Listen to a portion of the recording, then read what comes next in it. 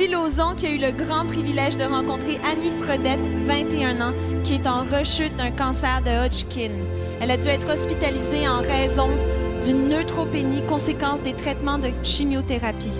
Et comme elle le dit à Sylvie dans le reportage qui suit, après 2 rechutes, le doute s'installe. Bonjour Annie. Bonjour. Alors, qu'est-ce qui t'amène à Sainte-Justine?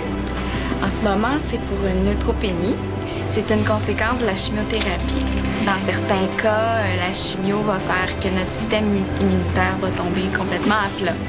Quand on parle de chimiothérapie, ça veut dire que tu as eu un cancer? Oui, ben en fait, j'ai eu 3 fois.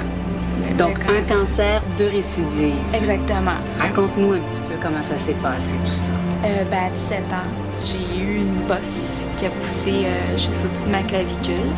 Et puis, de fil en aiguille, en passant plusieurs tests, tout ça, on m'a diagnostiqué la maladie de Hodgkin, qui est un cancer des ganglions. J'ai fait des traitements pendant 6 mois, des traitements de chimiothérapie qui étaient relativement faciles. Tout se passait vraiment très bien. Je suis tombée en rémission pendant 1 an. La maladie est revenue. Donc là, des traitements un peu plus agressifs, une chimiothérapie plus forte. Oui, plus forte. Et puis une greffe autologue de moelle osseuse. Ce qui arrive, c'est qu'il y a un doute aussi qui s'installe. Un doute, est-ce que je vais m'en sortir? Quand on a 17 ans, oui, qu'on apprend qu'on a un cancer, oui, la vie commence à peine. Là. Comment tu as vécu ça?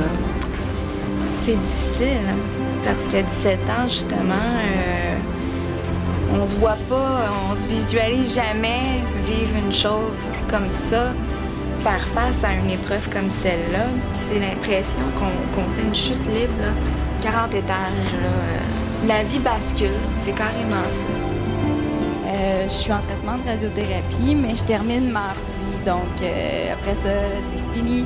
C'est fini, là. Fini, là, pour de bon. Ça, c'est une étape de ta vie qui est passée. Quand on a eu un cancer, qu'on a fait 2 rechutes, qu'on s'est battu très souvent pendant ces 3-4 ans-là, tu me disais que c'était pas si évident que ça de voir arriver la guérison ou d'entrevoir la possibilité de guérir. Oui, c'est ça qui est... Bien, c'est sûr. Tu tombes malade à 17 ans, bon, tout va bien, tu fais des traitements, puis 1 an plus tard, ça revient. Donc là, c'est un sentiment d'échec. C'est sûr que d'entrevoir la guérison, d'y croire, ça devient comme un concept assez spécial. C'est pas évident. Mais en même temps, tu sais, moi, les derniers traitements que j'ai reçus, c'est moi qui les ai choisis. On m'a laissé le choix de dire est-ce que tu veux te faire traiter ou non.